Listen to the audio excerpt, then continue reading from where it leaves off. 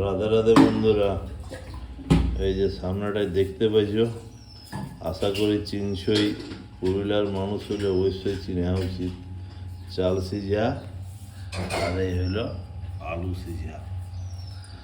আগেকার মায়েরা বলতো যে আমার সন্তান যেমন থাকে দুধে ভাতে, তো তখন দাদারা সবার ঘরে ঘরে গাই গরু থাকতো, তো দুধটা অ্যাভেলেবেল ছিল জলের মতন।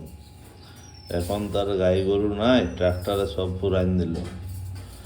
তো যাই হোক, আমার তো সবচেয়ে প্রিয় হয়েছে এই চাল সিঝা।